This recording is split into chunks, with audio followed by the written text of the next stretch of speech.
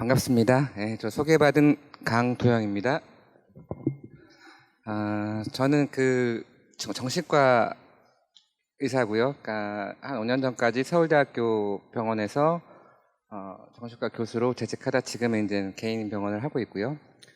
서울대학교에 있을 때 제 전문 분야는 이제 감정에 관한 우울증, 그다음에 이제 트라우마, 그다음에 몸과 마음과의 관계를 조금 더 보고 싶어서 정신과 의사들이 잘 안 보는 만성 통증 환자분들을 한 파트로 했어요. 왜냐하면 만성 통증 환자분들이 이렇게 오래 앓다 보면 우울이라든지 불안, 공황, 그다음에 주의력이라든지 집중력 이런 장애, 그리고 또 한 파트로는 이제 2010년 한 8년이구나. 2008년부터는 명상 연구를 좀 같이 진행을 했었습니다. 그리고 지금도 대학은 나와 있지만 개인적으로 명상에 관한 연구는 프로그램 만드는 일을 좀 하고 있고요. 그래서 아마 오늘 이런 귀한 자리에 저를 초대해 주신 것 같아요.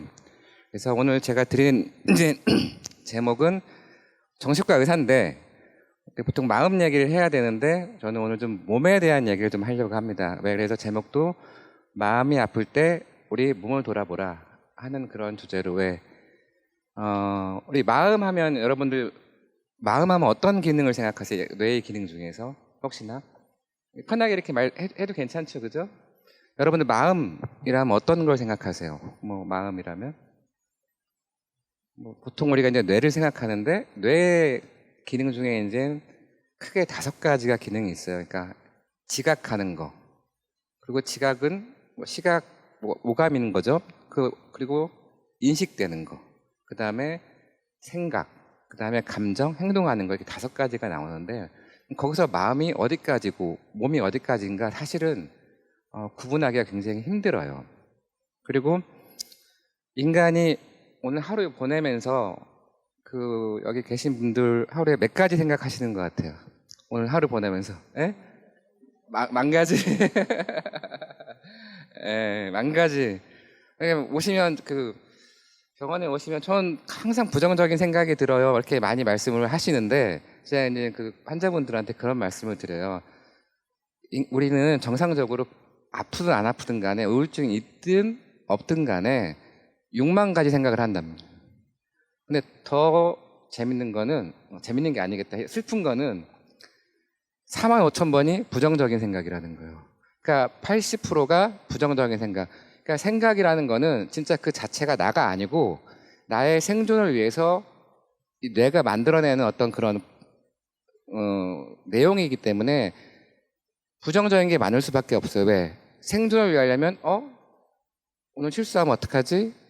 못 알아들으면 어떡하지? 제가 여기 와서 괜히 중간에 이러는 것들은 들을 수 있는 건데 그게 이제 그걸 어떻게 대처하느냐, 어느 긍정적인 20%에 집중하냐, 부정적인 것에 집중하냐, 그런 부분들이 어떻게 보면 내 삶에서 일상에서 대처 전략을 결정하는 거거든요. 그래서 우리는 그 생각들, 굉장히 많은 생각들을, 그리고 또 거기에 또 감정이 따르죠. 그러면 생각을 그렇게 많이 하는데 누구는 부정적인 쪽에 더 집중을 하게 되고, 또 어떤 사람은 그때 가서 생각하지 하고 나서 지금 편한 쪽에 생각하고, 어떤 게 좋은 것들을 떠나서 이렇게 많은 생각을 하는데, 그럼 이렇게 많은 생각들은 뭐가 만들어낸다고 생각하세요? 이 생각을 뇌가 만들어내죠, 그죠? 근데 생각하고 감정하고, 생각이 먼저일 것 같으세요? 감정이 먼저일 것 같으세요? 감정. 다 오래 힘들게 사셔가지고 감정이랑 좀 이렇게 학생들이나 이렇게 조금 학생들 강의하면 다 생각이라고 그래요. 사고라고. 근데 가장 이제 현 시점에서 감정이나 정서에 대한 어떤 이론을 만든 다마지오 신경과 의사예요. 심리학자나 정신과 의사가 아니고 신경과 의사고 뇌 질환, 기질성 뇌 질환 환자를 보면서 연구를 해서 이 감정이 우리가 어떻게 발생하는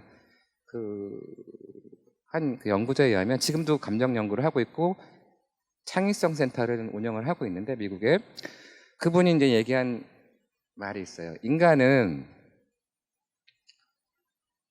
느낄 줄 아는 생각하는 기계가 아니라 생각할 줄 아는 느끼는 기계다.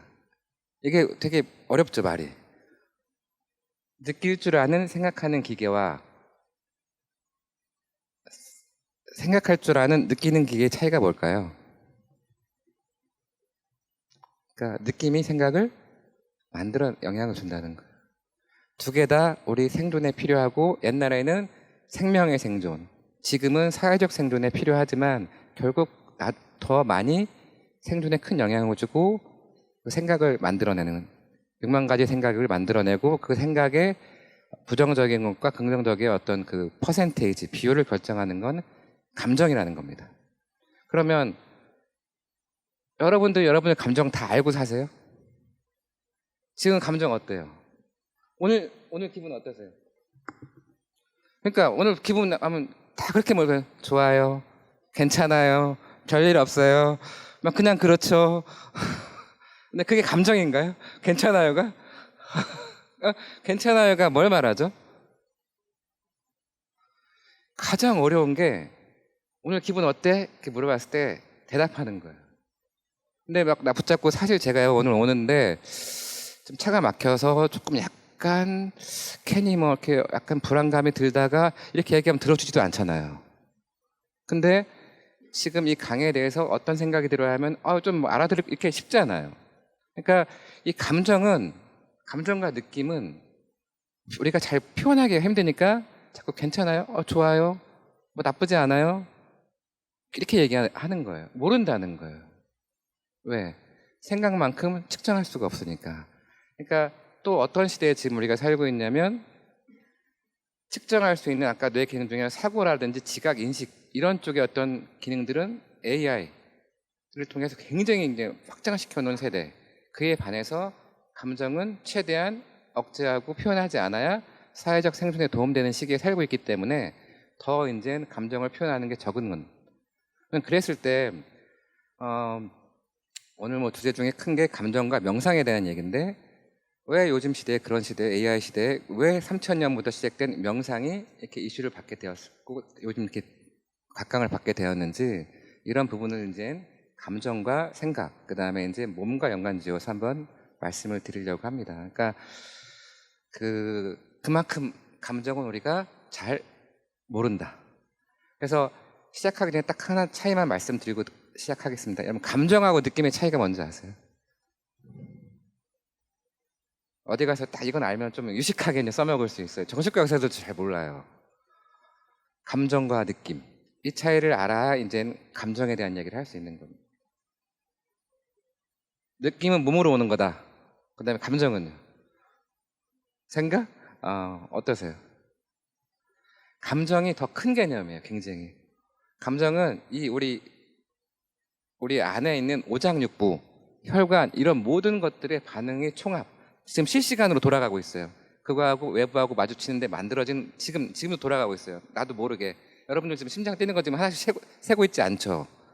그런 것들처럼 돌아가고 있는 게 모든 게 감정이고 그 중에서 뭔가 걔네들 중에서 내 내부 감각을 통해서 뇌에서 의식화되고 내가 알게 된 게 느낌인 거예요. 그러니까 내가 느끼는 감정은 진짜 많은 감정 중에 아주 조금이에요. 그렇기 때문에 표현하기가 힘든 거예요. 왜? 너무 많은 데이터가 지금 많이 돌아가고 있으니까.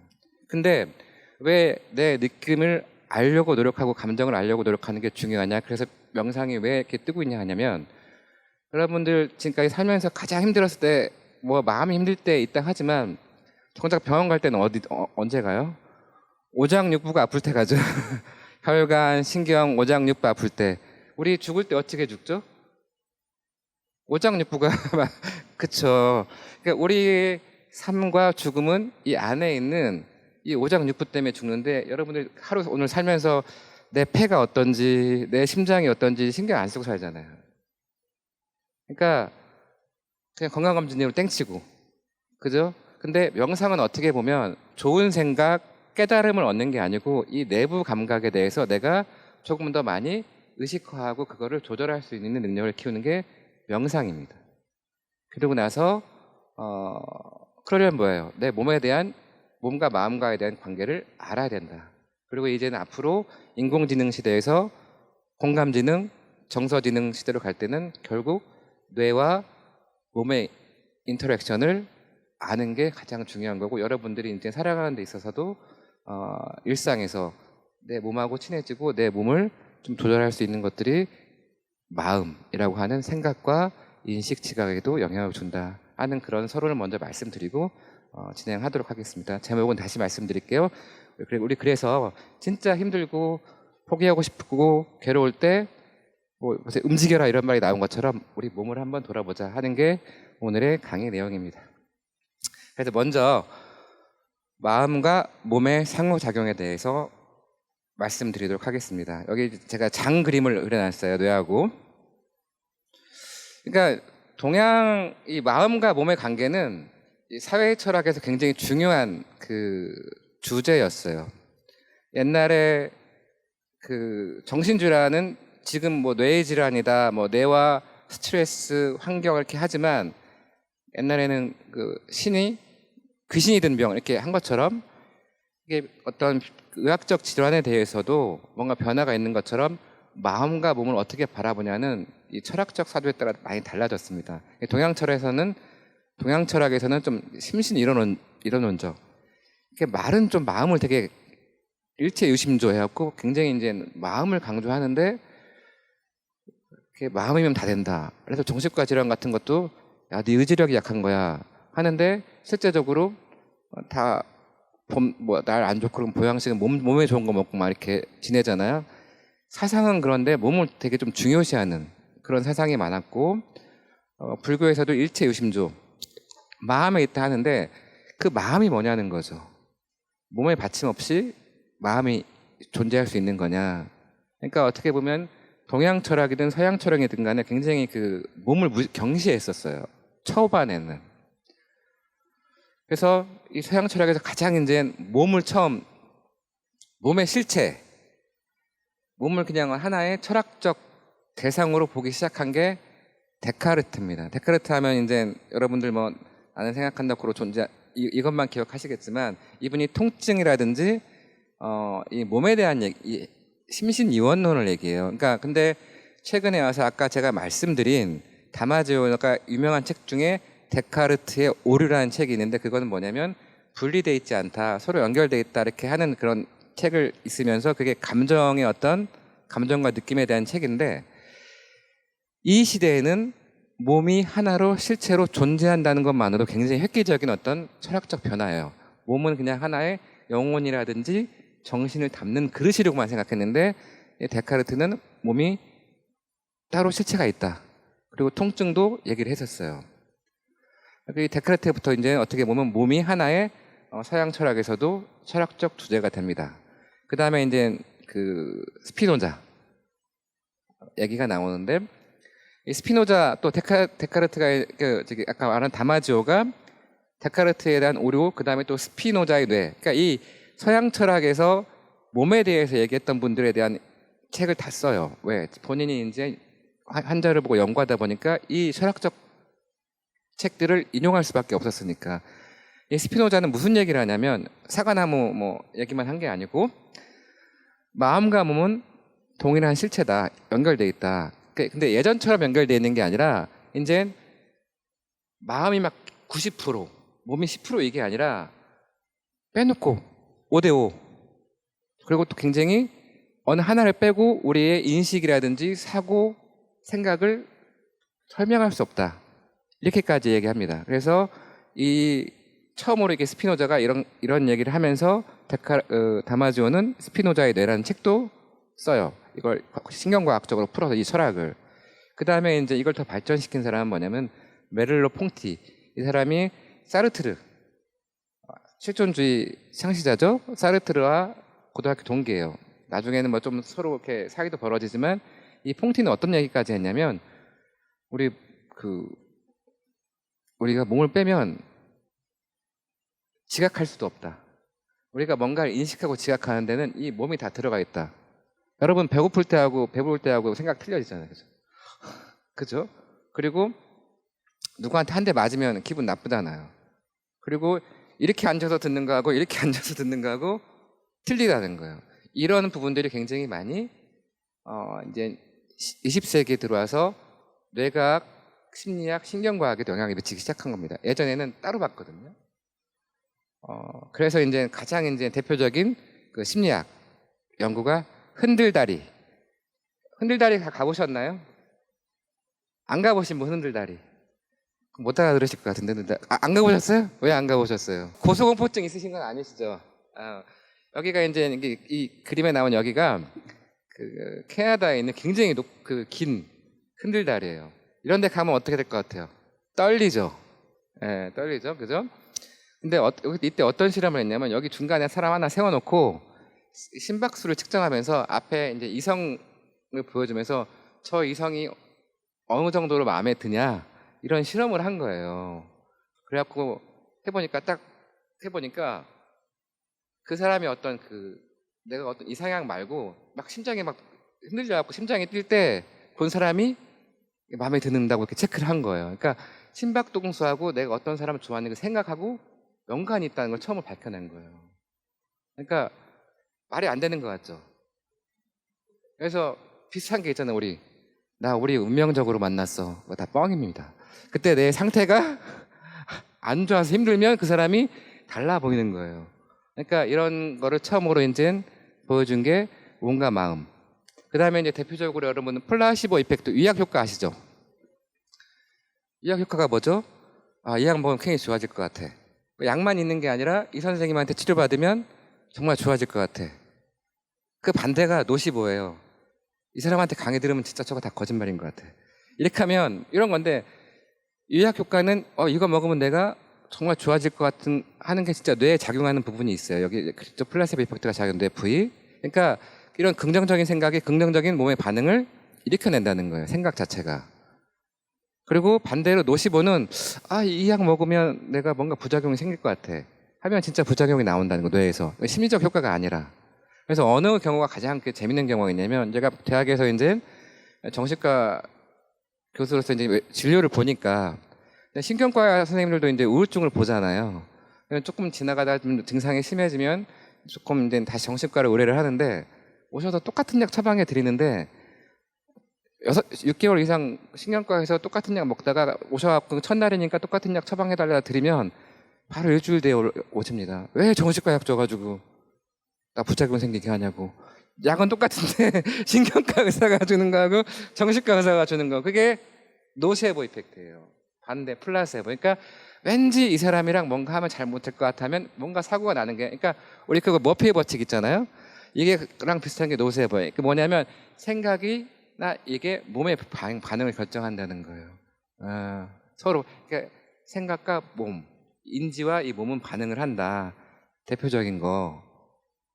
그런 어떤 얘기들이 나오면서 이제는 몸과 마음을 통합적으로 보고 이게 감정뿐만 아니라 생각에도 영향을 준다. 판단에도. 이렇게 이런 연구들이 많이 나오게 됐죠. 그러면 가장 이제 최근에 그 몸과 마음의 상호작용을 볼 때 요즘에 이슈가 되는 게 장이에요. 장. 그래서 여기 본 거 보면 반대로 읽어도 돼. 겉이 장이죠. 겉 브레인 엑시스, 장내축 또는 브레인 겉 엑시스. 그러니까 이 뇌와 이 장이 어떻게 서로 연결되는, 상호작용하는 정도가 내 생각의 질, 감정의 어떤 질을 결정한다는 거예요. 그게 최근에 굉장히 이슈가 되고 있어요. 그러니까 예전에는 장을 되게 무시했었죠. 근데 이제 그게 비만이 장내 세균. 그러니까 장 자체가 중요한 게 아니라 그 장에 있는 미생물, 그다음 미생물이 배설하는 그 배설물들, 그 환경들이 굉장히 중요하다는 거예요. 거기에서 그 상태가 어떠냐에 따라서 그 나의 감정 상태나 기분 상태, 그다음에 먹는 거, 이런 생체 리듬, 자는 것까지 영향을 준다는 거예요. 여러분들 막 밤에 뭐 배고파서 잠 안 와서 배고파서 자고 나면 아침에 깨어나지가 않잖아요. 그리고 뭐 좀 힘든 경험했을 때 가장 먼저 반응이 오는 데가 어디예요? 장. 그래서 좀 예민하신 분들이 과민성 대장증상이 많은 이유가 이게 서로 상호관계가 있기 때문에 그런 거예요. 과민성 대장증상 있으신 분들 병원 가서 아무리 검사해도 안 나오죠. 그래서 항울제 먹잖아요. 그게 이런 부분하고 연관이 있는 거예요.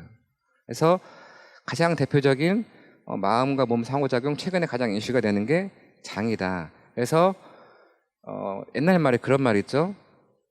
등 따시고 배부르면 걱정이 없다. 그러니까 장이 그만큼 중요하다는 거예요. 등도 따뜻하려면 장이 따뜻해져야 되는 거예요.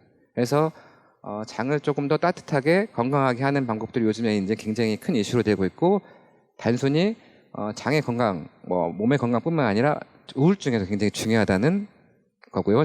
행복 호르몬이라고 하는 요즘엔 도파민, 세로토닌 얘기 많이 나오지만 세로토닌도 95%가 장에서 만들어져요. 그러니까 우리가 이제 뭐 모든 신경 전달 물질 얘기하면 막 다 뇌에서 만들어지는 것 같고, 내 행복, 생각이나 감정 다 뇌에서 이렇게 정해지는 것 같지만, 제가 뇌와 이렇게 몸 얘기를 풀어 얘기할 때 어떻게 좀 설명을 드리냐면, 이 뇌는 이게 뇌가 있잖아요.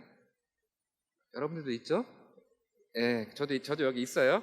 근데 인공지능은 이 뇌에서 이 외측, 위축으로 가는 부분이 담당하는 부분을 굉장히 확장시켜 놓은 거예요. 추리, 예측, 사고. 그거는 어느 정도 뇌과학에서 밝혀져 있고, 이 뇌에서 안쪽 이 척추나 이 뇌관하고 가까운 부분들은 몸하고 연결되어 있기 때문에 아직 그 기능을 몰라서 안 나오는 거예요. 공감지능, 정서지능이. 그래서 근데 이제 이 뇌는 결국 뭐냐면, 이 뇌가 모든 어떤 생각과 감정을 결정하는 게 아니고, 뇌는 생각이나 감정 이런 것들을 요리라고 치면, 좋은 요리가 뭐 좋은 생각, 뭐 좋은 감정, 나쁜 요리가 뭐 우울하고 슬픈 거, 아니면 부정적인 생각이라고 치면, 뇌는 그냥 요리사예요. 그러니까 사람마다 뇌는 조금씩 틀리죠, 기능이. 그러니까 한식을 잘하는 요리사, 중식을 잘하는 요리사, 아니면 조금 잘 빼먹는 요리사, 축은 잘 안 하는 요리사, 이렇게 있는데, 요리사의 능력도 되게 중요하지만 요리할 때 가장 중요한 게 뭐죠? 재료. 재료는 80%가 장에서 만들어지는 거예요. 이 몸에서. 그래서 결국 뭐냐면, 뇌 자체를 어떻게 바꾸는 것도 중요하지만 뇌에 어떤 내가 재료를 공급하냐, 이런 면이 중요하기 때문에 항상 뇌와 몸을 같이 봐야 된다. 그런 말씀을. 왜? 어떤 재료들은 그 자체로도 요리 안 하고도 맛있잖아요. 그런 관계가 있다. 말씀을 드리고 있고요. 그래서 우울증으로 실제로 진단받은 사람들 보면 정상인에 비해서 몸에 도움되는 그런 세균들이 많이 없다. 그리고 우울증 알아보신 분들 혹시 있으실 텐데, 우울증이면 흔히 그냥 뭐 밥을 안 먹고 식욕이 떨어지고 막 이런다는데, 비정형 우울증에서는 단 거 굉장히 땡겨요. 여러분들 스트레스 받을 때 단 거, 짠 거, 매운 거 땡길 때 있죠. 그거는 이제 이게 기분하고 연관이 있는 거, 장에서. 그때 먹어주면 이제 악순환돼요. 먹으면 약간 좋았다가 훅 가라앉고 더 먹게 되고, 이게 뭔가 마음이 상호작용하는 거예요. 그래서 찬 거, 단 거, 짠 거 이런 것들이 오래 먹을 때는 조금 내 기분 상태를 조금 생각해 봐야 된다. 그리고 그런 것들도 악순환되게 하는 영향을 준다. 그래서 되게 중요하다 하는 말씀을 드리고, 여기 책이 어떻게 보면 명상에서는 굉장히 장을 중요시했어요. 근데 동양적인 어떤 그런 관점인데, 이런 것들이 다 이제 서양에서 나오는데, 여기 보면은 The Second Brain, 장을 제2의 뇌라고까지 얘기를 합니다. 그러니까 왜? 재료를 여기서 공급하니까. 그래서 뇌는 모든 신체 운동, 감각행위를 관여하지만 이런 뇌를 조절하는 게 장이다까지 얘기를 해요. 왜? 재료를 제공하니까. 아무리 뭐 좋은 요리사라도 상한 음식 주면은 그 요리 제대로 하겠어요? 그죠?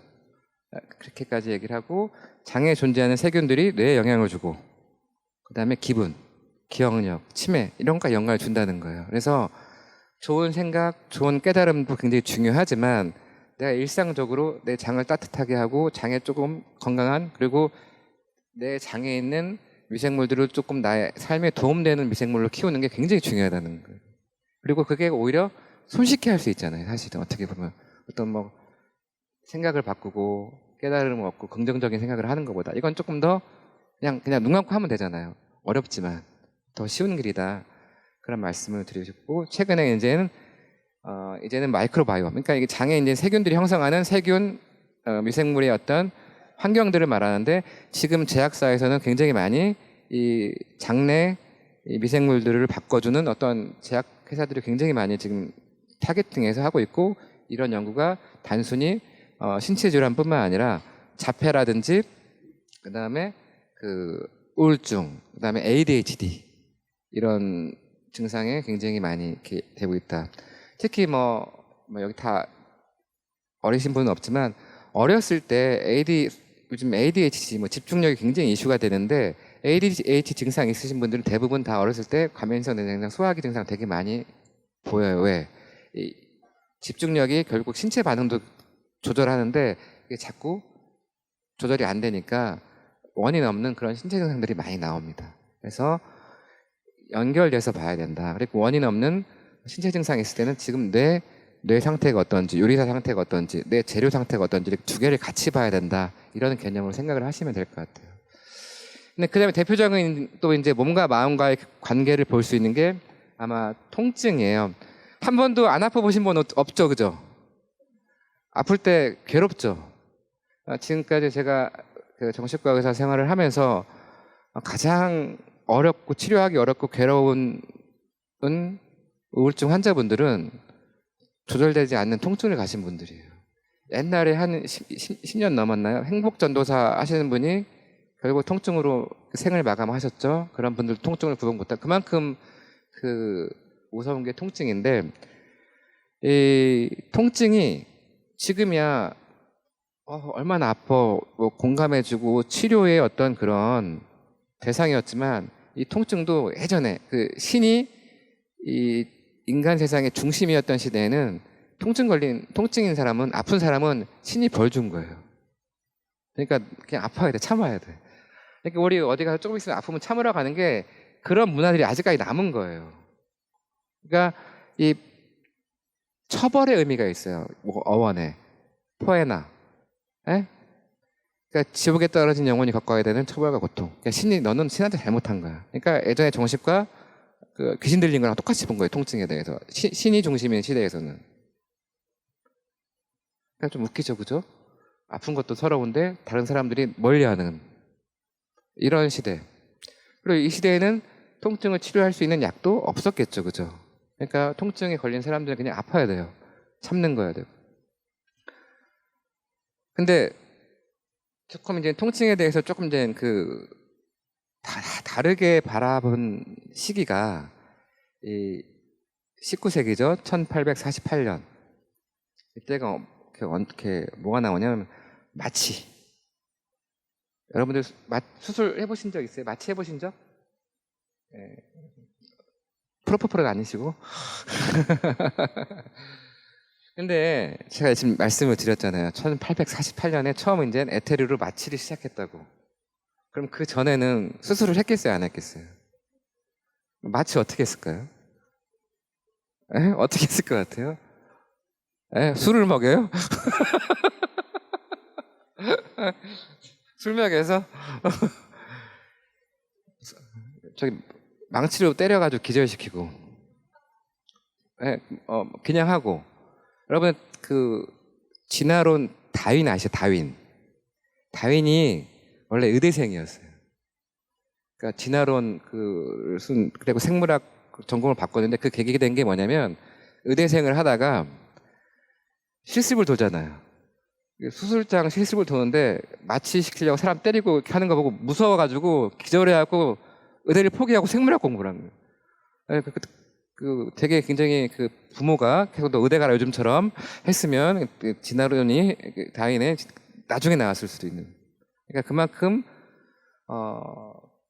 이 마취법의 발견은 획기적인 거였고.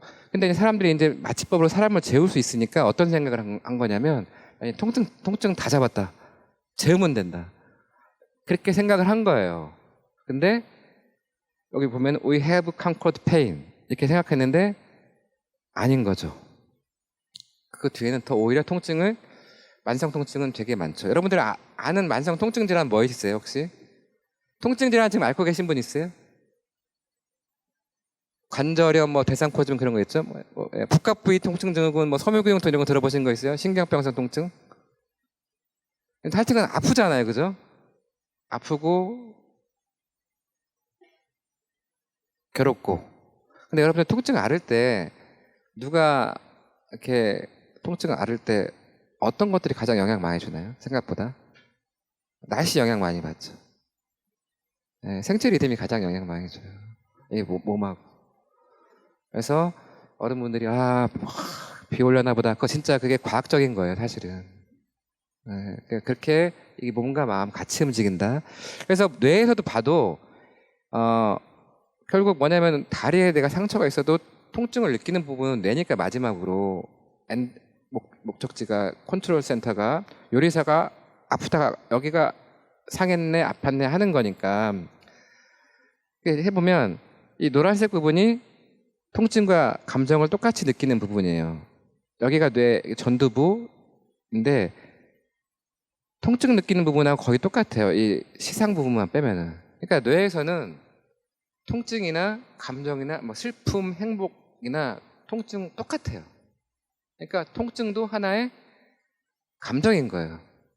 아까 말했던 다윈이 어떤 얘기를 했냐면 통증은 호메오스타틱 이모션이라고. 그러니까 뭐냐면 내 항상성의 변화를 알려주는 감정이다. 그러니까 통증이 생긴 거는 지금 뭐냐면 네 몸에 지금 뭔가 변화가 있어. 이걸 알려주는 거라는 거예요. 그러니까 그러면 통증이 진짜 힘드신 분들은 통증 6개월 이상 되고 1년 되면 정말 너무 힘드시죠. 그럼 반대로 통증을 못 느끼시는 분은 어떨 것 같아요? 에? 행복해요? 진짜 통증을 못 느끼는 그런 유전자 병이 있어요. 그냥 통증을 못 느껴요, 그분 유전적으로. 그분들은 30을 못 넘겨요. 왜 그러냐면 통증이 아까 뭐랬죠? 내 몸에 이상이 생긴 걸 알려주는 거예요. 근데 저기 막 위가 썩어가고 오장육부 썩어가는데 좋아 이런 거예요. 그러니까 그래서 만성 통증이라는 건 뭐냐면 그런 이상이 없는데도 자꾸 나한테 신호를 주는 게 만성 통증이 그런 병인 거고 이 원래 통증 자체는 나를 보호하기 위해서 있는 거예요. 요리사한테 야 지금 이 재료 상했어 이렇게 알려주는 거. 근데 진짜 질병인 뭐 섬유근육통 뭐 그다음에 이제 CRPS 뭐 이런 어떤 설명되지 않는 검사하면 이상도 없이 그런 통증은 뭐냐면 불이 안 나는데도 계속 불났다고 알람이 울리는 거예요. 그렇게 그런 거를 보는 거고 통증 자체는 우리 삶을 보호하기 위해서 있는 거다.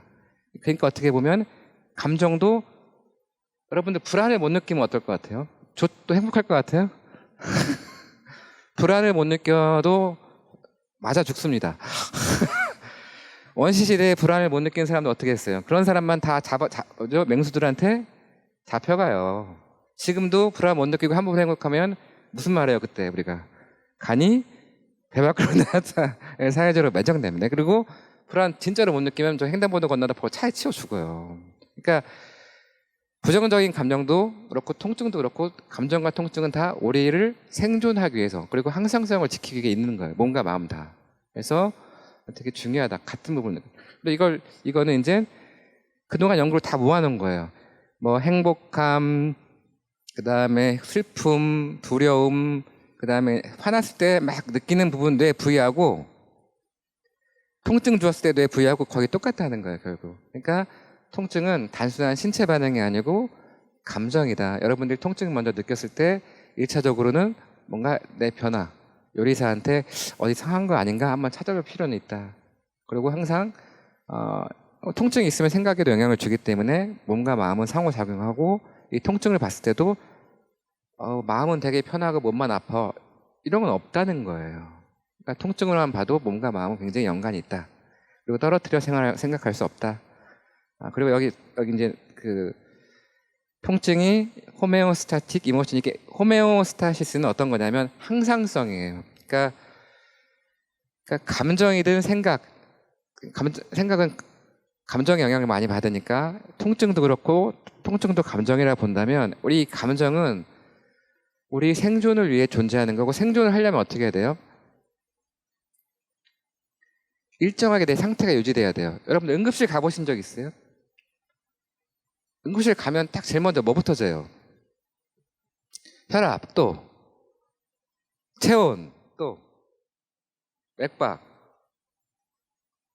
또 뭐 있죠? 호흡 수제잖아요. 그리고 의식 상태. 이런 걸 활력 징후라고 하죠. 바이탈 사인.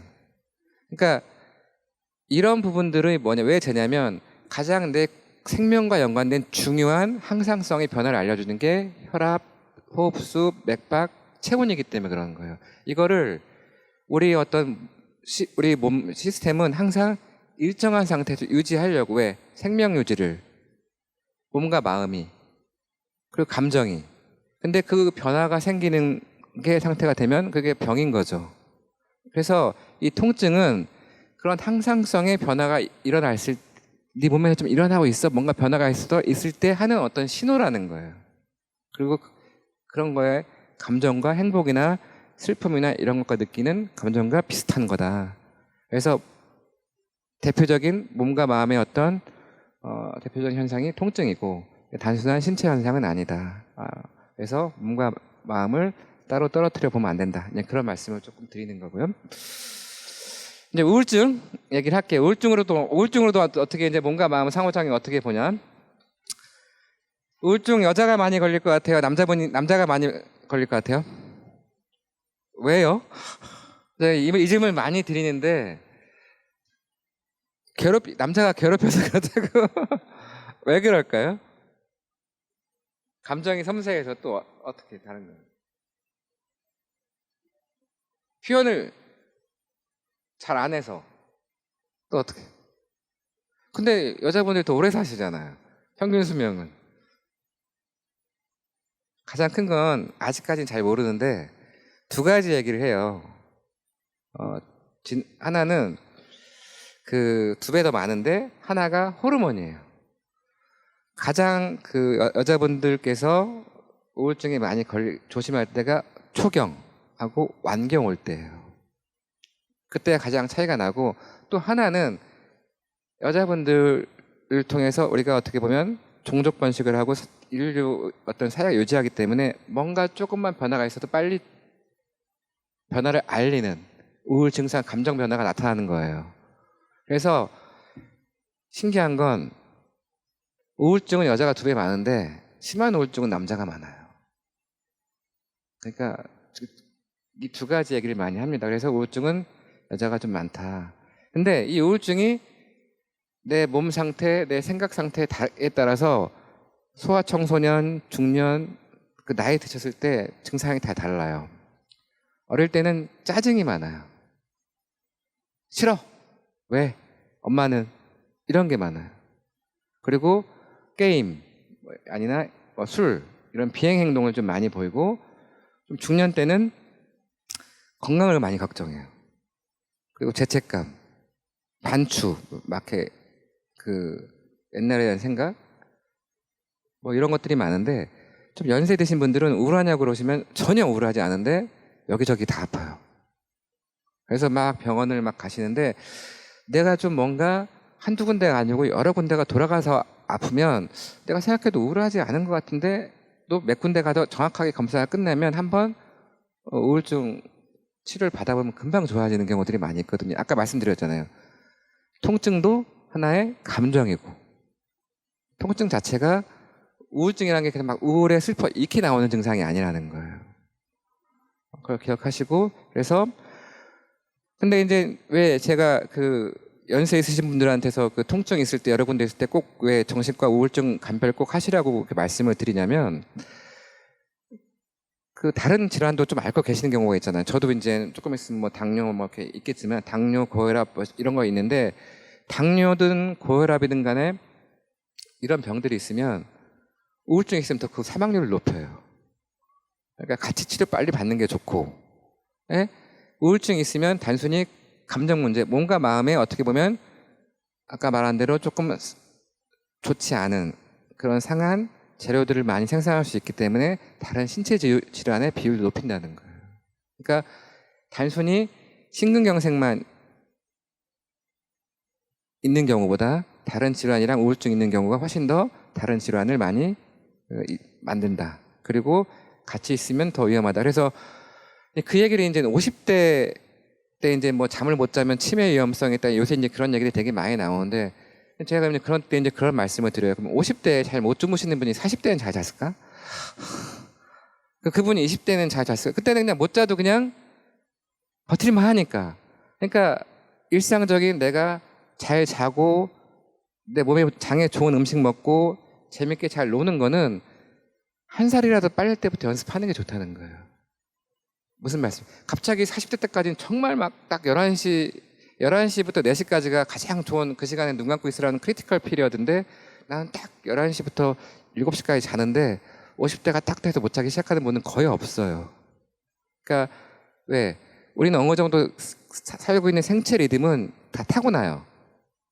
그게 그냥 스트레스에 따라 움직이는 거고 다른 어떤 사람들은 그게 조금 민감하게 변하고 어떤 사람들은 그냥 안 변하는 그 차이지 내가 만약에 자는 시간이 조금 더 무슨 일이 있으면 좀 늦어지고 그리고 무슨 일이 있으면 잠이 안 오고 어떨 때는 잠을 좀 많이 자고 그리고 좀 쉴 때는 자꾸 그 사이클이 뒤로 간다 이런 분들은 관리를 정말 하셔야 되는 거예요. 그런 분들은 좋은 생각이나 좋은 감정도 아니고 그게 어떻게 보면 우울증이나 내 생각, 뇌의 기능이 떨어지는데 초기 증상일 수도 있는 거거든요. 그러니까 이 몸과 마음, 그다음에 생체 리듬은 굉장히 중요하다. 그게 감정과 생각에 굉장히 중요한 역할을 미친다 하는 말씀을 좀 드리고 싶고요. 그래서 우울증 환자분들의 통증 비율이 우리나라만 많을 것 같지만 대부분 50%에서 60%는 다 통증이 있어요. 근데 이분들이 지금은 좀 안 그렇지만 대부분 다 정신과 오기 전에 어딜 간다? 한의원부터 시작해서 이제 다 검사 쫙 하고 오세요. 근데 왜 그러면 정신과를 처음부터 안 찾냐고 여쭤보시면 자꾸 이제 아파서 뭐 정형외과나 한의원이나 이제 뭐 신경과나 이렇게 가시면 검사를 해보면 걱정 마세요. 심리적으로 아픈 겁니다. 걱정 마세요. 이 말을 딱 들으면 환자분들이 어떤 생각하냐면 나 되게 정신력 강한데 내가 심리적으로 아프다고? 그러니까 정신과 가기 싫은 거예요. 심리적이란 말은 사실 다른 의미예요. 진짜 검사 이상 없이도 아까 말한 대로 우울 증상이나 물론 뭐 100년 지나면 검사에 나오겠죠. 그런 기기가 나오면 이런 몸과 마음의 어떤 항상성이 변화하면 그게 우울이나 불안, 감정의 변화, 통증도 감정이니까 이런 통증이 생길 수 있다. 근데 단지 이제 진짜 신체 우리가 흔히 말하는 일반적인 용어로 이 신체가 아파서 나오는 통증하고 이 감정 상태, 우울이나 불안에서 오는 통증이 뭐가 틀리냐면 우울증이나 불안 이런 그 뇌에 먼저 그 뇌에서 감정을 조절하는 시스템이 변화가 생겨서 아픈 거 부위들은 이 컨트롤 센터잖아요.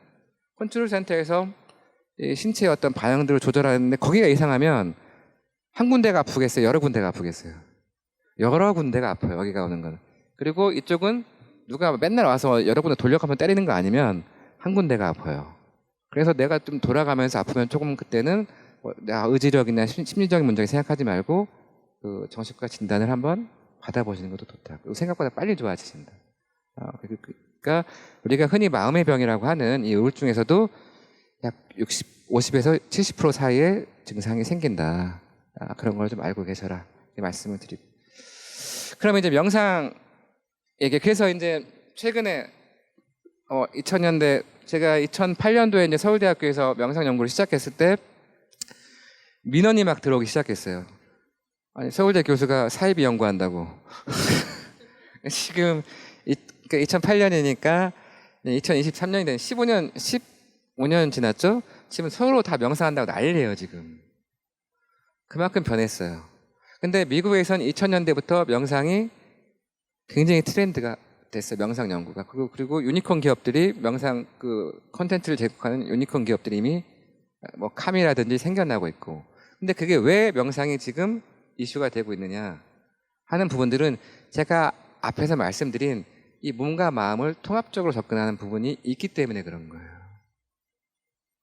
그런 얘기를 조금 드리고, 걷기에 대한 관심들 많아지는 거예요. 사람들이 이제 예전에는 집 사야 돼, 차 사야 돼, 좋은 직장 명예하다 보니까, 근데 그게 외부적인 거죠. 오감의 세계고, 외부의 평가. 이게 나를 기쁘게 하는데, 어느 정도 차면 이거는 한도 끝도 없어. 도파민이. 근데 과연 그럼 내가 항상 이렇게 쫓아서 이렇게 뭔가 막 이렇게 멈춰서지 못하고 항상 달리듯이 살아야 되나 하는 이런 변화에서 어떻게 하면 내 몸과 마음이 행복할까, 마음이 행복할까 하면서 이제 걷기 열풍이 들기 시작했죠. 그래서 막 둘레길 만들고 올레길 만들고 막 걷기 시작하잖아요. 이런 거는 어떻게 보면 한편으로 우리가 오감의 세계, 5가지 감각의 세계에 지치고 이 내부 감각에 대한 어떤 관심이 좀 많아진 거라는 거 아니에요. 그러니까 시각, 청각 이 오감 말고 우리는 아까 말씀드린 대로 내 심장, 지금은 내가 심장 뛰는 거 모르지만 집중하면 느낄 수 있는 것처럼 내부 감각을 느끼는 길도 있어요. 그 부분들에 이제 사람들이 집중을 하기 시작한 거예요. 걷다 보면 처음에는 여러 가지 잡생각이 들기 시작하지만 조금 지나면 어느 순간 생각이 없어지잖아요. 그런 것들이 이제 하나의 명상하고 가장 가까운 부분. 멍 때리기도 하나의 명상이라고 그러거든요. 오감을 조금 차단하고 내 내부 감각에 집중하는 거. 그게 명상의 기본이거든. 그러니까 내부 감각을 깨우는 게 명상이다. 그 초기가 걷는 것부터 시작을 했다. 이렇게 생각을 하시면 돼요. 대표적으로 이제 명상하면 여러분 스티브 잡스 아시죠?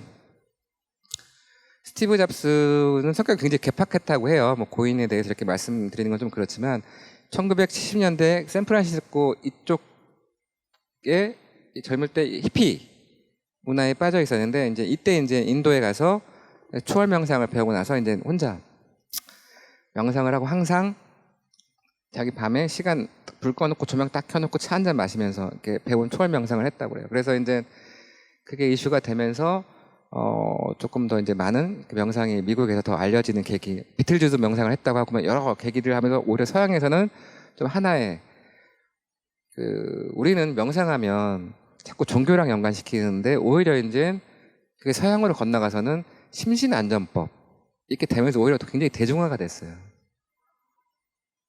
이게 타임즈 2003년도인데 2003년도 이때쯤에도 이미 우리나라에는 명상이 사이비 소리를 들을 때인데 타임지 표지에 명상이 이렇게 나와요. 메디테이션 이렇게. 이분 누구죠? 네, 달라이 라마 이분이 중국 분들이 되게 싫어하잖아요. 미국의 이제 신경과학자들은 중국 출신들이 굉장히 많아요. 근데 항상 이제 1년마다 하는 신경과학회, 가장 큰 규모의 신경과학을 연구하는 분들이 모여서 하는 학회가 있는데 이게 뉴로사이언스 학회인데 35번째 하는 학회에서 이슈가 붙은 거예요. 달라이 라마 분을 모셔서 기도 연설을 듣자. 이렇게 하려고 했는데 왜 뭔가 신경과학에 해결되지 않는 감정, 그다음에 도덕성, 윤리, 영적인 문제, 의식의 문제를 해결하기 위해서 명상의 분야를 조금 더 연구를 하려고 하는데 그 전부터 조금 몇몇의 어떤 미국에 있는 연구자랑 공동 연구를 진행하고 있었고 그래서 초청을 하려고 했는데 중국계 이제 연구자들이 반대를 굉장히 심하게 해서 부딪히다가 결국 와서 이제 기립박수를 하고 끝내고 이 2000년대에서 미국에서 굉장히 이제 명상에 대한 연구 결과가 쏟아져 나옵니다. 그때도 우리 동양에서는 그냥 종교 현상으로 봤어요, 명상을. 오히려 그런 게 보면 아깝죠. 그래서 외국에서 이 동양의 어떤 문화의 명상을 가지고 MBSR라든지 MBCT라든지 그런 프로그램을 만들어서 이제 저희가 그거를 받아서 지금 치료를 하고 있는 그런 상황이 된 거죠. 그래서 지금은 이제 여러 세계적인 기업, 구글이라든지 오라클 이런 데서 이제 영상 프로그램을 다 하고 있다. 직장 내 이제 스트레스를 좀 줄여서 직장의 어떤 효율성을 높이는 EAP라고 하죠. 그거를 하기 위해서 하고 있고, 이제 하고 있는데, 이 명상의 자체가 이 메디테이션이, 그러니까 우리 의학이 메디슨이잖아요. 이 메디테이션 자체도 원래 메디슨, 메디켈루스라는 단어에서 유래했다고 해요. 그러니까 이 치유의 의미가 들어가 있다는 거예요. 그러니까 이게 왜 3000년 전에 이 메디슨은 명상은 신을 만나기 위해서 신을 만나는 게 어떻게 보면 가장 고귀하고 신을 만나려면 나는 정말 정화된 상태에서 만나야 되는데 그 신을 만나기 전에 하는 동작과 의식이었거든요. 그러니까 그게 지금 3000년이 넘게 살아남았다는 거는 뭐냐면 이게 뭔가 효과가 있다는 거죠. 그리고 또 하나는 뭐냐면 그 시대에는 신을 만나는 게 치유였어요. 그래서 이 메디테이션의 원에는 치유가 들어가 있다 이미. 그리고 지금까지 이제 연구 결과들을 보면 의식 상태라든지 주의력 효과, ADHD, 명상요법 많이 쓰는 거, 그다음에 지각, 감정, 자율신경계 변화들은 변화가 온다는 것들은 이미 이제 연구로 발표가 됐다. 그래서 왜 그러냐, 어떻게 변화시키냐 하는 이슈에 대해서는 아직도 더 연구가 많이 필요하지만 오히려 우리 내부에 이 오장육부, 아까 제가 신경계, 혈관계 얘기했지만 이것들이 뇌에 도착하는 그 길들을 우리가 스페인어, 영어 배우듯이 계속 명상을 통해 연습하면 내가 그 조절력을 늘림으로써 내 감정과 생각도 조절하는 힘이 세진다. 단순하게 그냥 가만히 앉아서 좋은 얘기 들어서 어떤 좋은 생각을 하고 발전하는 게 아니다. 한 이런 연구들이 지금 나오고 있다. 이렇게 말씀을 드리고 싶습니다. 그래서 이제 이것도 이제 타임즈 2003년도에 실린 거예요. 이게 기억할 단어는 그 이완된 각성이라는 단어는 조금 기억해 주셨으면 좋겠어요. 뭐냐면 이게 이제 타임즈 2003년도에 명상 상태에 들어가면, 그러니까 눈만 감으면 명상이 아니거든요. 사색하고 이제 명상은 틀린 거고 이완하고 명상은 또 틀려요. 근데 명상 상태 이렇게 전두엽이라든지 두정엽이라든지 우리 의식을 관장하는 부분, 그다음에 시상에 어떤 변화가 오는데 명상 상태를 어떻게 표현하냐 하면은 이완된 각성이라고요. 여러분들 지금 제 강의를 들으시면서 집중을 하다 보면 나도 모르게 어깨 힘들어가죠. 그죠? 우리는 보통 일반적인, 저를 포함한 일반적인 분들은, 깨닫지 못하신 분들은 집중을 하면 긴장해요. 그리고 이완하면은 어떻게 돼요? 집중력 떨어져요. 근데 이 명상 상태는 이 명상을 하게 되면 내가 집중하고자 하는 부분 말고는 다른 부분을 이완한다는 거예요. 가장 창의적이나 효율적이 높은 상태, 여러분 유레카 아시죠? 그런 상태가 된다는 거예요. 그러니까 뇌로 보면 뇌라는 요리사를 보면 가장 좋은 재료로 조금 재료 덜 낭비하고 가장 그 시간에 맞게 효율적인 요리를 만들어내는 상태를 명상 상태라고 이렇게 타임즈에서 2003년에 소개를 한 거예요. 그러니까 쓸데없이 긴장하지 않고 아유 1시간 듣고 나서 어깨 맞게 이게 아니라 편하게 듣는데 집중은 되고 근데 몸은 이완돼 있고 이런 연습이 된다는. 그래서 이제 타임즈에 실렸었고, 미국에 이제 이런 모든 연구를 했던 건 불교 쪽 명상이에요. 초월 명상이라든지 이런 쪽 명상이 연구가 됐었고, 오늘 뭐 이제 제가 오늘 슬라이드는 안 갖고 왔지만 처음에 이제 미국의 하버드에 이제 장수의학 연구소에서 그냥 들으세요. 이거는 명상을 연구하게 된 계기가 굉장히 재밌어요. 지나가는 웃긴 얘기로 여기는 없는데 고혈압을 연구하는 교수님한테 굉장히 초월 명상의 고수분이 그때가 1970년대니까 가서 나는 내 혈압을 조절할 수 있다고 막 하니까 지금은 다 그건 좀 자율신경 바이오 피드백 이런 걸 할 수 있다고 정설인데 그때는 어떻게 하면 혈압을 낮출까 원숭이 갖고 막 실험할 때였는데 정말 인도 분이 오셔가지고 갑자기 나는 내 혈압을 내가 의식대로 마음 먹으면 조절할 수 있다 하니까 막 쫓았어요. 거기서 몇 번을 계속 찾아오니까 진짜 한번 해봐라 했더니 진짜 앉아서 자기 혈압을 조절하는 거예요. 그래서 그걸 보고 그분이 이완 반응, 릴렉세이션 리스판스라는 책을 써서 이제 그때 명상이 굉장히 뜨기 시작하고, 최근에는 이제 명상을 하면 우리 수명을 결정하는 DNA의 어떤 길이 또 바꿀 수 있다까지 연구 결과까지 나온 그런 상태. 그러니까 미국은 굉장히 많이 2000년대에 그런 연구들이 쏟아져 나오고 있고, 이제는 그게 실용화되는 단계까지 있지만 동양에서는 오히려 좀 적었다. 그런 말씀을 좀 드리고 싶고요. 이건 이제 명상의 존 카바진 MBSR 연구인데, 치료에서 우울감, 불안감 좋아지면 그 다음에 그 치료 효과가 약물 치료 말고도 호전된다. 이런 어떤 슬라이드예요. 그래서 최근에 미국에서는 약물 치료 말고 정신 치료, 심리 치료의 50%에서 70%의 명상 기법이 다 들어가 있습니다. 그렇게 생각을 하시고 앞으로 조금 더 많이 들어갈 것 같다. 왜? 이제는 이게 우리가 심리치료라고 하는 것들의 어떤 그 발달 과정을 보면 처음엔 행동치료였어요. 그게 문제를 행동만 봤으니까. 그러면 그 행동을 자꾸 교정시키는 쪽에 갔다가 아니네. 그 행동을 일으키는 게 있네. 그게 생각이네. 인지네. 그래 인지치료로 간 거예요. 그러다가 인지하고 생각을 같이 바꿔야겠네. 인지행동치료. 그러다가 조금 근데 감정도 중요한 것 같아 하다가 이 명상이 어떻게 보면 생각, 감정, 이 몸을 다 같이 보니까 이 명상 기법을 느끼기 시작한 거고 이 카바트니 건포도 명상부터 시작해갖고 이런 프로그램을 만들어 놓고 이제 오히려 이거 저희가 역수입해서 이제 로열티를 주고 이제 지금 하고 있는 거죠. 그런 상황입니다. 그리고 이제 하나 가져왔어요. 제가 명상 연구해가지고 국제학술지에 한 13편 정도 냈는데 서울대에 있을 때 이게 명상 수행했을 때 뇌가 바뀌는 부분들이에요. 그러니까 확실히 전두엽, 앞구, 축두엽 이런 부분들이 좋아져요. 명상하면. 근데 이제 제가 저번 주에 이제 신한카드에서 이제 메타인지하고 자기긍정 이렇게 강의를 했었는데 여러분 요새 메타인지 이런 얘기 되게 많이 들으시죠? 그러니까 메타인지라는 게 뭐냐면 thinking에 대한 thinking, 그죠? 내 생각을 바라보는 거 그리고 내 실수를 관찰하는 거. 근데 그 메타인지 할 때 좋아지는 뇌 부위하고 명상할 때 뇌 좋아지는 부위하고 똑같아요. 그러니까 내 내부 감각을 살리는 거, 내가 외부 감각에 이끌리지 않고 내 내부 감각을 살리는 거.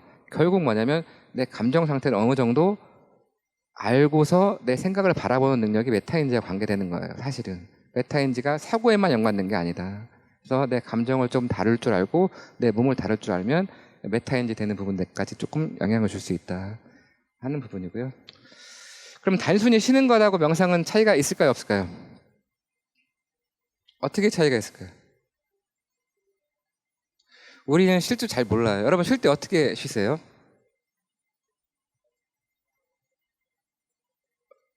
어떻게 쉬세요? 쉴 때? 지금? 지금 쉬고 있어요? 어떻게 쉬세요? 누워 있는다. 유튜브 본다. TV. 근데 그게 뭐냐면 생각보다 여러분들 내가 쉰다고 생각하는 거하고 내 몸과 뇌가 쉬는 건 달라요. 우리 유튜브 보는 거는 내가 좋아하는 일 하는 것보다 몇 배 더 심한 일을 하고 있는 거예요. 그리고 생각하는 거, 아까 좀 전에 누가 나한테 뭐라고 했는데 그거 자꾸 떠올리는 거 있잖아요. 뇌는 일하고 있는 거예요. 그래서 잘 쉬어야 되는, 오히려 잘 쉬지 못해요. 그리고 누워서 텔레비 보는 거 일하고 있는 거예요. 그래서 많이 그런 질문을 하시는 분이 있어요. 그냥 가면 설문지 같은 거 하고 무슨 뇌파 찍고 무슨 자율신경계 검사해갖고 내 스트레스 상태가 어떤지 막 보는데 저는 그 자기 스트레스 상태 지금 체크하려면 한번 여러분 지금 잠깐 눈 한번 감아보세요. 편하게.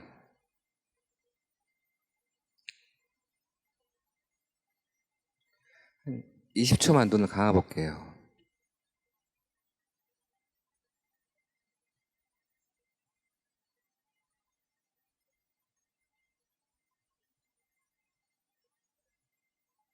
네, 떠볼게요. 눈. 나 마음 진짜 편했다. 편했어요? 이게 가장 중요해요. 가끔씩 눈 감아보세요. 근데 우리 눈 감고 오래 못 가요. 자꾸 뜨고 싶어요. 왜? 외부 감각이 그만큼 이끌려 살기 때문에. 쉰다는 건 뭐냐면 조금 내가 외부 감각을 차단할 수 있는 능력입니다. 감각이 없어도 핸드폰이 없어도 조금은 내가 편한 상태가 내가 지금 조금 스트레스 덜 받는 상태. 그러니까 밤마다 조금 뭔가 유튜브 켜놓고 테레비를 켜놓고 자는 건 내가 지금 힘들다는 거예요. 힘드니까 더 힘들어지는. 그러니까 우리가 술을 먹으면 힘든데 그 술 기운이 깨면 다시 힘들다는 걸 알면서 술을 먹게 되는 것처럼 자꾸 외부 자극에 빠지게 되는 거예요. 여러분 요새 도파민 얘기 많이 들으시잖아요. 들으시죠? 도파민 맨날 도파민 중독이다, 도파민 디톡스다. 이렇게 강의가 너무 길어지나요? 이 얘기까지만 좀 하고 제가 끝내도록 할게요. 그러니까 뭐냐면 도파민 얘기는 이해하시려면 딱 이 얘기만 알으시면 돼요. 여러분 지금 앉아 계시잖아요. 근데도 좀 불편하시죠? 1시간 들으니까. 잠깐만 일어났다가, 예, 일어났다가, 옆에 있다가, 이렇게 좀, 어깨 좀 펴시고, 이렇게 펴시고, 예, 예, 예, 좀 펴시고, 여기 두드려 주시고, 이렇게. 그런 다음에 다시 한번 앉아보세요. 아까 앉아있을 때가 좀 편하죠? 도파민 이론은 뭐냐면, 뭐, 도파민 중독이란 말은 없어요. 도파민을 나오게 하는 행위에 중독되는 거지. 이 도파민 원리는 어떻게 이해하시면 되냐면, 우리가 서 있으면 어때요? 힘들면? 앉고 싶고, 앉아있다가 힘들면? 눕고 싶고, 누워서도 힘들면 누구 와서 주물러줬으면 좋겠고. 그러니까 내 베이스라인 상태를 자꾸 내가 편한 상태로 자꾸 뭘 찾으면, 편한 상태 도파민을 나오게 하는 게 찾으면 내 베이스라인 상태가 더 자꾸 떨어져요. 그러니까 내 평상시 상태를 좋게 유지하려면 서 있을 때 앉았어. 근데 앉았는데 힘들어. 그럼 두 가지 선택이 있는 거야, 나한테. 눕거나 다시 일어났다가 앉는 거. 근데 자꾸 내 일상의 루틴 중에 약간의 고통, 견딜 수 있는 고통과 불편감을 넣어서 내 루틴을 만들어주는 게 내 몸과 마음 관리하는 데 가장 중요하다는. 거기에는 운동도 들어가는 거고, 찬물 샤워도 있고, 내가 먹기 싫은 음식, 몸에 좋은 음식 가끔씩 먹어주면서 천천히 먹어주는 것도 있고, 이런 것들을 넣어주라는 거예요. 진짜 무슨 막 이렇게 대단한 거 아니고. 환자분들이 오셔서 저 매일 1시간씩 운동하는데 살이 안 빠져요. 막 이래요. 그럼 제가 물어봐요. 그 외 시간은 뭐예요? 누워 있어요. 그러니까 운동 뭐 1시간 하는 게 중요한 게 아닌데, 평소에 어느 정도의 추위와 공복감과 햇빛과 이 잠을 깊게 자는 게 가장 중요하다는 거예요. 그런 거 없이 그냥 잠은 늦게 자고 늦게 일어나고 운동 1시간 하셔도 건강해지는 거 아니거든요. 이런 리듬에 맞게. 도파민도 마찬가지고. 그래서 명상은 그래서 그러는 것들을 체계적으로 어떤 수련법으로 만들어 놓은 걸 명상을 생각하시면 되는 거예요. 내부 감각. 그러니까 이 오감의 세계가 아니라 내 내부 감각의 길. 그러니까 통증의 길하고 똑같은데 내 내부 감각의 길을 조금 더 계속 뚫는 거. 그게 명상의 가장 기본이다. 그러면은 조금 더 내 안에서 흘러다니는 감정을 내가 조금 더 알아챌 수 있고, 그 신호를 더 알아채니까 나를 조금 더 관리할 수 있고, 이게 이제 가장 대표적인 명상의 인지 모달이다. 내부 감각이 되게 중요하다 하는 말씀을 좀 드리고 싶고요. 네, 뭐 이렇게 하나의 아까 말한 대로 잡념이 오히려 좀 줄어든다. 명상을 하다 보면 한 곳에 집중할 수 있으니까. 공감 능력도 향상한다. 이렇게 공감 능력이 향상한다. 그런 부분 또 어떤 거냐면, 여러분들 뭐 생각으로 다른 사람들을 어떤 저 사람은 지금 기분이 좀 안 좋을 것 같아. 제 기분이 지금 슬픈 것 같아. 이거는 공감이 아니에요. 이거는 기분을 알아채는 거죠.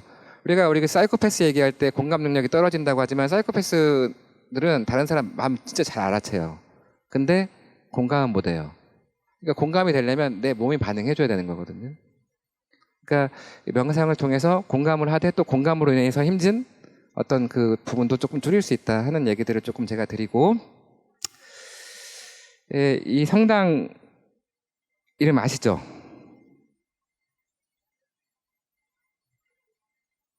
사그리다 파밀리아 성당. 이번에 다 완공이 됐다 그러죠, 그죠? 아닌가요? 26년인가요? 아직 안 됐나요? 거의 최근에 됐다고 제가 들었는데. 근데 이제 제가 한 2000년대 한번 갔었는데, 이분이 이제 그걸로 유명하죠. 이때만 해도 건축물이라는 건 직선적이고 되게 이제 절제돼 있고, 이래야 되는 어떤 그 건축의 어떤 상태에서 여백, 곡선을 강조하신 분이죠. 그죠? 좀 약간 자폐적인 어떤 그런 성향도 있었다고 하는데, 그때 처음에 만들어질 때는 굉장히 많이 무시당하고 뭐 이렇게 욕도 먹고 그랬지만, 직선, 신속, 절제 이런 쪽에서 어떻게 보면 여백과 곡선의 미를 살린 건축물을 만드신 분이에요. 근데 이제는 그렇게 건축물이 바뀌게 됐죠. 많은 부분들을. 그러니까 지금의 시대는 어떻게 보면은 우리가 측정할 수 있는 사고 생각이 추리, 논리, 계산, 인간의 어떤 특정한 어떤 그런 뇌 기능을 무제한으로 확장시킨 AI가 지금 우리 어떤 삶을 가장 크게 이제 결정하고 있지만 앞으로 또 그 이후에는 결국은 뭐냐면 인간의 삶은 이 감정, 그다음에 이 몸과 뇌의 관계에 대한 어떤 부분들로 이동할 거다. 그리고 AI는 쓰는 거지 AI처럼 사는 건 결국 우리가 행복해질 수 없다. 그래서 내 몸과 마음을 바꾸는 어떤 그런 방법을 조금 하루의 루틴 아니면 명상, 꼭 명상이 대단한 걸 할 필요가 없어요. 어떻게 보면 멍 때리는 거 아니면 블루베리 같은 거 하루에 아침에 하나씩 천천히 먹는 거 느껴보는 거, 그다음에 찬물 샤워하는 거, 반신욕 하는 거, 자꾸 내 몸하고 친해지는 게 가장 명상의 기본이다. 이런 말씀을 좀 드리면서 강의를 이렇게 마치려고 하고요. 그다음에 제가 여기 갔을 때 이렇게 이런 문자들이 세 개 갖고 사진을 그때 찍어 갖고 왔어요. 이거 보이죠, 이렇게. 그라시아스라고 있죠? 스페인어로 감사합니다라고 하는데요. 경청해 주셔서 감사합니다.